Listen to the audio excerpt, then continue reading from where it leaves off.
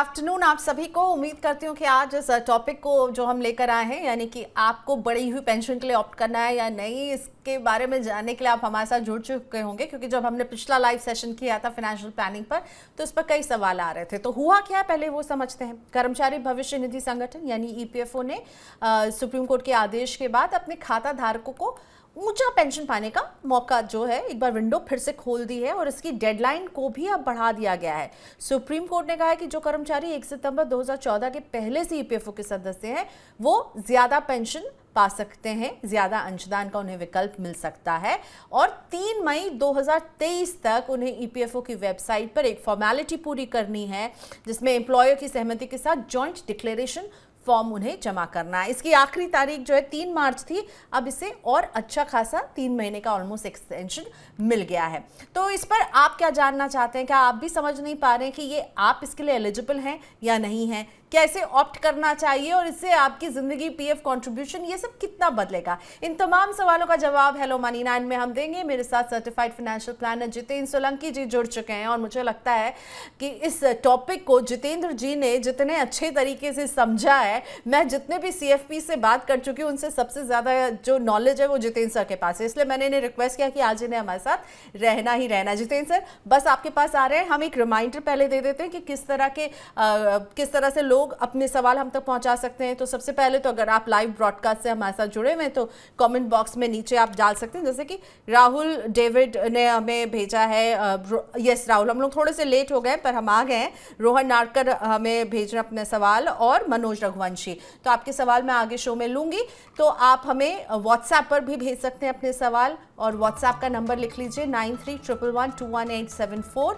Email कर सकते हैं money9query@tv9.com पर। प्लीज़ जब भी सवाल लिखें उसमें जितनी डिटेल्स आप हमें दे सकते हैं हम उतने अच्छे तरह से आपके सवाल को समझ सकेंगे। और साथ ही में अपनी डिटेल्स यानी अपने कॉन्टैक्ट डिटेल्स भी अगर शेयर कर लें, आपका नाम, आपकी उम्र, आपके शहर का नाम, मोबाइल नंबर, तो हम आपसे संपर्क भी कर पाएंगे।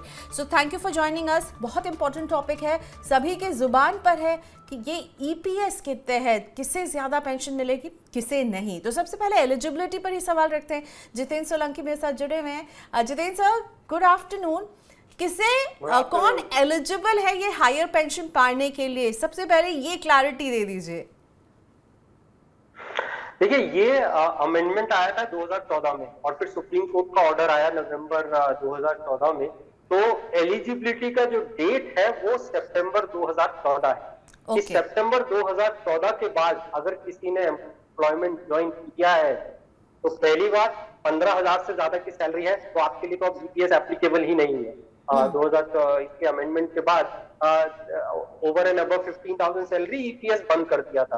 दूसरा, अगर आपने सितंबर 2014 के बाद ज्वाइन किया है तो आप इस स्कीम के लिए एलिजिबल नहीं है। अब वो लोग एलिजिबल है जो एज ऑन सितंबर 2014 इसके सब्सक्राइबर है, यानी कि स्टिल इन सर्विस है। जो लोग प्रायर टू 2014 रिटायर हो गए थे और इस स्कीम को उन्होंने ऑप्ट ही नहीं किया था तो वो भी जो है एलिजिबिलिटी के बाहर हो जाते हैं। तो लार्जली अगर हम देखें तो एज ऑन सितंबर 2014 जो उसके प्रायर को ऑप्ट नहीं करना चाहते थे पर टाइम बाउंड नहीं कर पाए, उनके लिए ये दूसरा चांस है। और एज ऑन सितंबर 2014 जो भी ईपीएफओ का सब्सक्राइबर है वो इस हायर पेंशन के लिए एलिजिबल है, इसको ऑप्ट करने के लिए एलिजिबल है। तो यानी कि जो लोग सितंबर 2014 के बाद रिटायर हुए लेकिन इस स्कीम को ऑप्ट नहीं कर पाए वो भी इस स्कीम के लिए एलिजिबल हो जाते हैं। ओके, लेकिन अगर वो 2014 के पहले रिटायर हो गए तो वो एलिजिबल नहीं है, राइट? जी हाँ, वो एलिजिबल नहीं। 2014 बहुत इंपॉर्टेंट हो जाता है क्योंकि 2014 वही साल रहा जब 15,000 से ज्यादा जिनकी बेसिक है उनके लिए ईपीएस की सुविधा को रोल बैक कर दिया गया था कि वो ईपीएस की तरफ जो भी कंट्रीब्यूट करेंगे नहीं कर रहे होंगे, वो केवल पीएफ की तरफ कंट्रीब्यूट करेंगे। सो जो बातें समझ में आई, 2014 के पहले का अगर आपका एम्प्लॉयमेंट है तब आप हायर पेंशन के लिए ऑप्ट कर सकते हैं। 2014 के बाद का है तो जिनकी 15,000 से ज्यादा है बेसिक, वो इसके लिए ऑप्ट नहीं कर पाएंगे। मैंने ठीक कहा जितेंद्र जी? नहीं, सितंबर 2014 के बाद अगर आपने कोई जॉब ज्वाइन करी है यानी कि आपने एम्प्लॉयमेंट ज्वाइन किया तो आप इसके लिए एलिजिबल नहीं है। वही सितंबर 2000 एज ऑन सितंबर 2014 अगर आप सर्विस में हैं और उसके बाद सर्विस में रहते हैं तो आप इस स्कीम के लिए एलिजिबल हैं, आप ऑप्ट कर सकते हैं। या आप सितंबर 2014 के बाद भी अगर रिटायर हुए हैं, फॉर एग्जांपल अभी रिसेंटली एक जेंटलमैन से मेरा इंटरेक्शन हुआ, तो वो अभी रिटायर हुए हैं लास्ट ईयर दिसंबर में, वो इस स्कीम के लिए एलिजिबल हैं। तो एज ऑन सितंबर 2014 अगर आप सर्विस में थे और इस स्कीम को आप ऑप्ट नहीं कर पाए तो आप जो है इसको ऑप्शन के लिए एलिजिबल हैं। अब जितेंद्र जी ये बताइए, आप कह रहे हैं कि जो लोग 2014 के पहले से एम्प्लॉयड हैं और जो एलिजिबल हैं इस स्कीम को सब्सक्राइब करने के लिए, स्कीम के तहत अपने कंट्रीब्यूशन को बढ़ाने के लिए, उन्हें आप क्या सजेस्ट कर रहे हैं? उन्हें ये चुनना चाहिए या नहीं चुनना चाहिए? आपकी सलाह क्या है? जी देखिए, एक अमेंडमेंट किया था ईपीएफओ ने, और वो अमेंडमेंट ये था कि पहले जो ईपीएस के लिए मैक्सिमम सैलरी कैप होता था 6,500, उसको बढ़ा के कर दिया उन्होंने 15,000।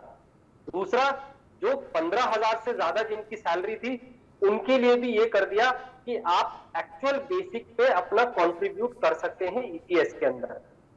तीसरा जो अमेंडमेंट था वो ये कि ईपीएस का जो कैलकुलेशन ऑफ पेंशनेबल सर्विस होता है, पेंशन जो कैलकुलेट होती है, वो इंस्टेड ऑफ लास्ट रिटायरमेंट से लास्ट 12 मंथ की सैलरी को ना लेकर वो 60 मंथ की सैलरी को कंसिडर कर दिया, चेंज करके। तो ये अमेंडमेंट एप्लीकेबल हुए थे। अब इस अमेंडमेंट का इम्पैक्ट ये हुआ कि जिनकी सैलरी लगभग 5,000 थी, और मान लीजिए अगर आपकी सैलरी जो है 1 लाख के अराउंड लास्ट कुछ 5 इयर्स में आपकी सैलरी अगर रहती है बेसिक, तो आपकी पेंशन सीधा बढ़ के अराउंड 50,000 के अराउंड हो जाती है अप्रॉक्सिमेटली। यानी कि जंप अगर आप देखेंगे तो पर मैं आंकड़ों में कहूँ तो 3,000%, 4,000% सडनली आपकी पेंशन जो है वो बढ़ जाती है।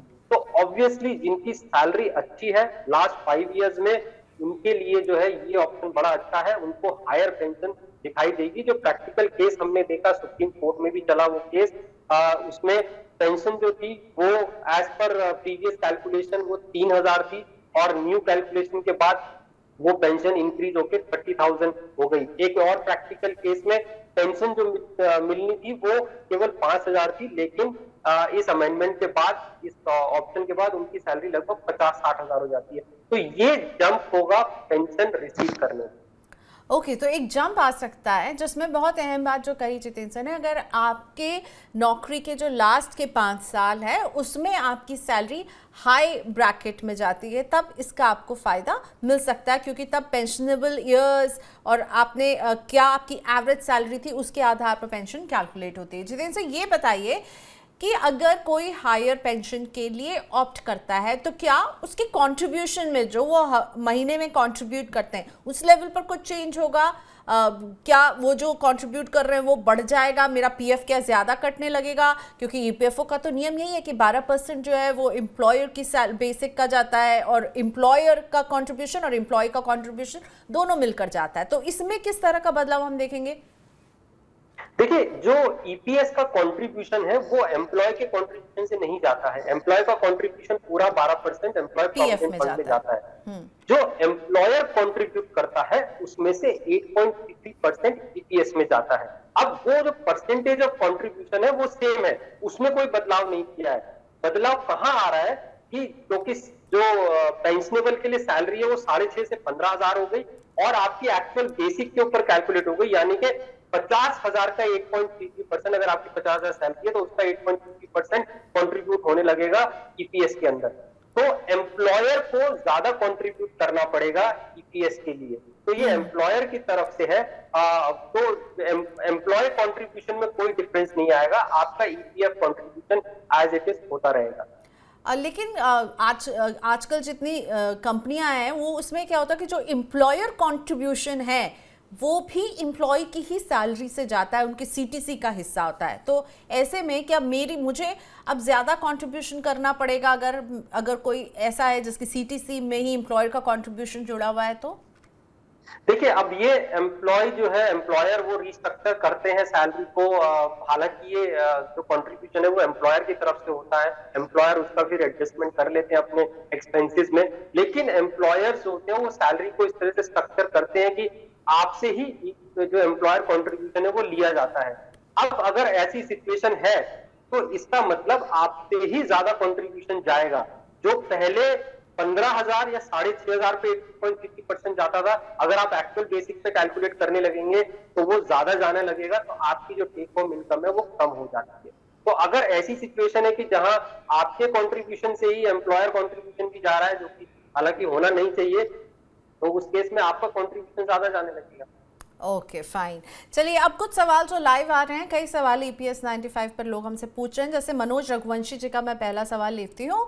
मनोज जी पूछ रहे हैं कि मेरी जो बेसिक सैलरी है वो 89,000, मैं EPS पेंशन के लिए एलिजिबल हूँ, 11 साल से मैं नौकरी कर रहा हूँ, और क्या ये मैं ले सकता हूँ? Is it for basic greater than 15,000 salary? तो ये ले पाएंगे 11 साल से नौकरी अगर कर रहे हैं तो? देखिए, एज पर अमेंडमेंट, अगर सितंबर 2014 पे आप सब्सक्राइबर हैं, इन सर्विस हैं, और आप उसके बाद सर्विस में रहते हैं कंटिन्यू, तो आप पूरी तरह से एलिजिबल है इस ऑप्शन को ऑप्ट करने के लिए। तो आपकी जो बेसिक है, अब वही है कि आपकी बेसिक जितनी भी है उसका एक्चुअल 8.33% जो है वो EPS में जाएगा। तो अब उस केस में अगर जाता है तो शायद आपकी टेक होम इनकम जो है वो कम हो सकती है। ओके, तो यानी इनके ऊपर वो 15,000 की बेसिक वाला कैप जो है वो नहीं लगेगा, क्योंकि इन्होंने 2014 के पहले से ये काम कर रहे हैं, राइट? जी जी, वो जो कैप है वो उस अमेंडमेंट के बाद आया था। तो जो सितंबर 2014 के बाद इनको, क्योंकि वो नई ज्वाइनीज के लिए था, तो जो लोग न्यू ज्वाइनी है उनकी अगर 15,000 से ज्यादा है तो वो EPS के लिए एलिजिबल नहीं थे। एज ऑन सितंबर 2014 अगर आप सर्विस में हैं और तो आप इस ऑप्शन को ऑप्ट कर सकते हैं। तो जैसे मनोज जी हमें बता रहे हैं कि इनकी सैलरी जो है 89,000 है, तो आप इन्हें कहेंगे इन्हें ऑप्ट करना चाहिए इस सैलरी ब्रैकेट में? अगर कोई है तो उसे बढ़ी हुई पेंशन के लिए ऑप्ट करना चाहिए, ज्यादा पैसे जो है वो पेंशन की तरफ कंट्रीब्यूट करने चाहिए इन्हें?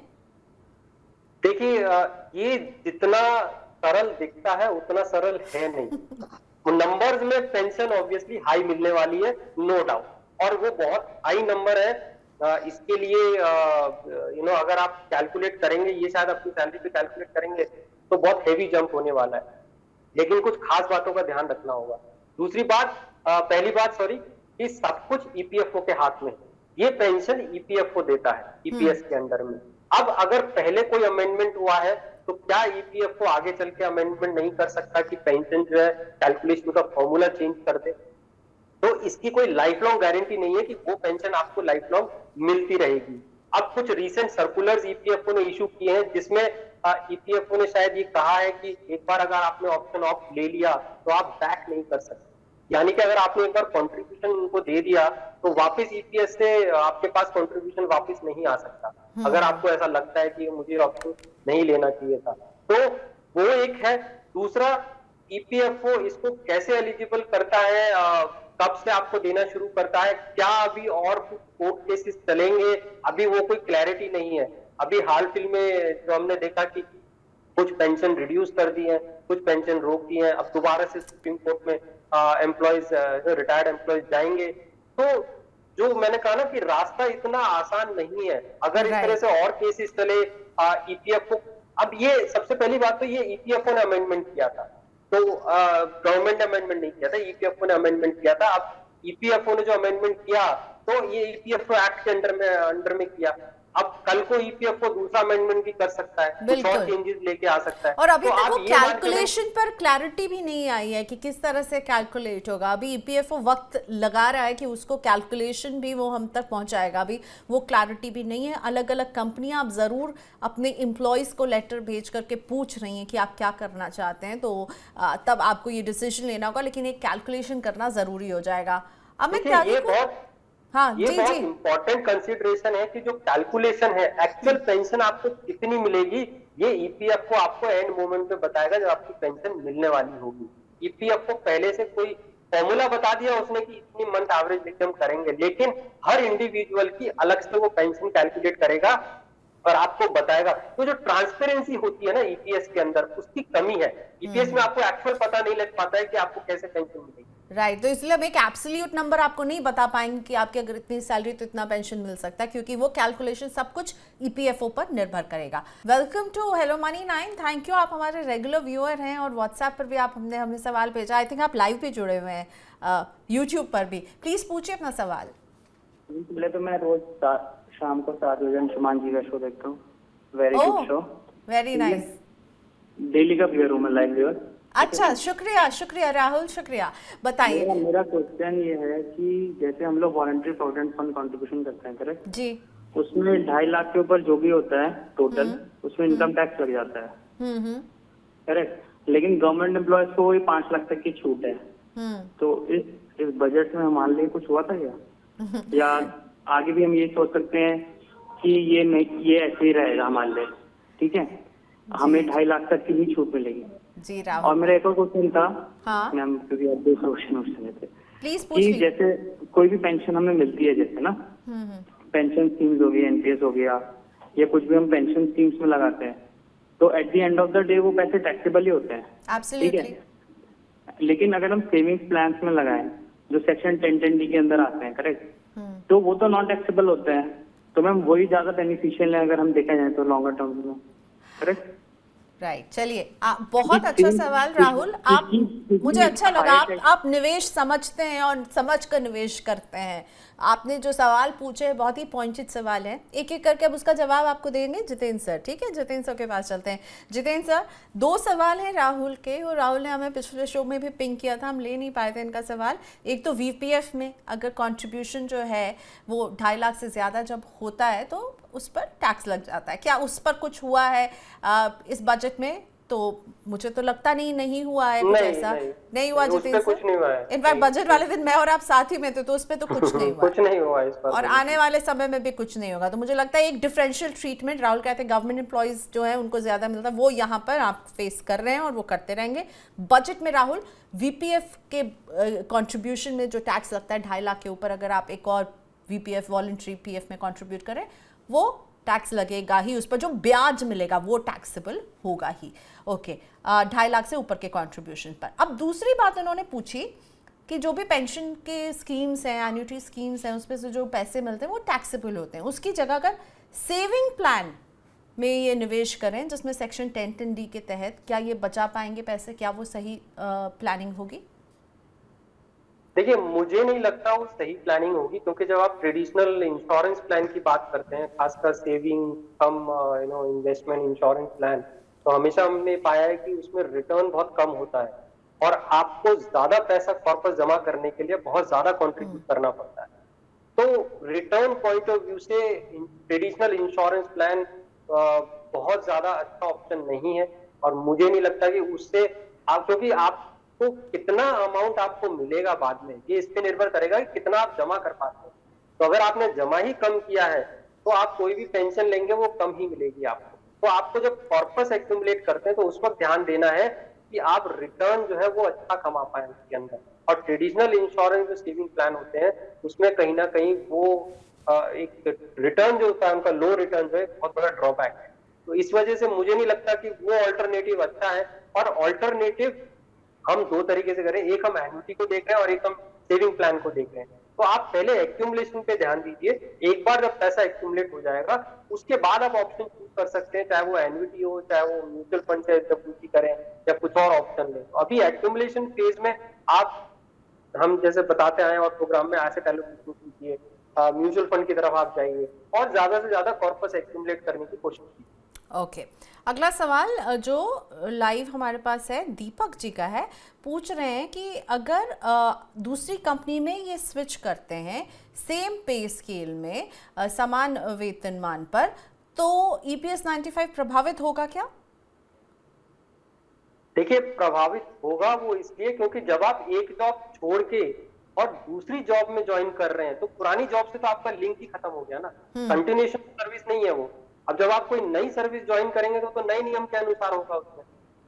नहीं, अगर सेम रहे पे स्केल तब, क्योंकि इन्होंने लिखा कि सेम पे स्केल पर जाए। उसका पे स्केल से कोई मतलब नहीं है ना, पे स्केल से कोई मतलब नहीं है। वो तो ये है कि आज की डेट में अगर आप कोई नई जॉब ज्वाइन करते हैं और 15,000 से ज्यादा बेसिक है तो ईपीएस तो है ही नहीं आपके लिए। तो अगर ये नई जॉब ज्वाइन करते हैं आज की डेट में, तो वहां तो ईपीएस इनको मिलेगा ही नहीं 15,000 से ज्यादा बेसिक पे। अगर 15,000 से ज्यादा बेसिक है, अगर 15,000 ही रहता है तब तो मिलेगा। तब तो मिलेगा। 15,000 से कम सैलरी बेसिक है तो उसमें आप ईपीएस के लिए एलिजिबल है, आपकी कंपनी में ईपीएस होगा। चलिए इसी के साथ आज का सेशन हम यहीं पर रैप अप करते हैं। Thank you so much Jitendra sir. ये एक ऐसा टॉपिक है जिसमें बहुत सारे सवाल, बहुत तरह तरह के सवाल हैं। हम मुझे लगता है हमें एक बार फिर से इस पर बात करनी होगी, थोड़ा और क्लैरिटी हम देंगे। पर आज के लिए धन्यवाद जितेंद्र सर, आज आपने वक्त निकाला मनी 9 के लिए। Bye bye, thank you so much sir. Thank you. तो भेजिए अपने सवाल। क्या आप एक और सेशन इस तरह का ईपीएस पर ही देखना चाहते हैं तो हमें ज़रूर बताइएगा। और आप सवाल कैसे भेज सकते हैं, हमें व्हाट्सएप कर सकते हैं, ईमेल कर सकते हैं। हमारा व्हाट्सएप नंबर और ईमेल एड्रेस आपके सामने है। अपने सवाल के साथ अपनी सारी डिटेल्स दीजिएगा ताकि हम आपके सवाल को अच्छे से समझ सकें और उसे ले सकें। अच्छा, शैडो जी का सवाल आ रहा है। शैडो जी, मैं माफ़ी मांगना चाहूँगी, सॉरी हम नहीं आपका सवाल ले पाए हैं। अगली बार हम ट्राई करेंगे, लेकिन सवाल भेजने का तरीका मैंने आपको बता दिया। व्हाट्सएप कर सकते हैं अपना सवाल, मैं अगले सेशन में ज़रूर लूँगी।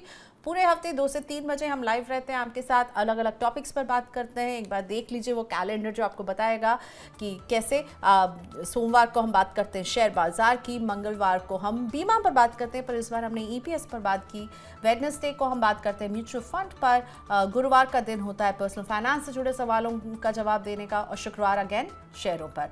तो कल जुड़िएगा, कल है बुधवार, म्यूचुअल फंड पर विपुल सिंह जुड़ेंगे। उनके साथ होंगे हमारे एक्सपर्ट जो आपको म्यूचुअल फंड में इन्वेस्टमेंट से जुड़े आपके मन में जो भी संशय है उन सबको दूर करेंगे। थैंक यू आज के सेशन में जुड़ने के लिए। Bye bye.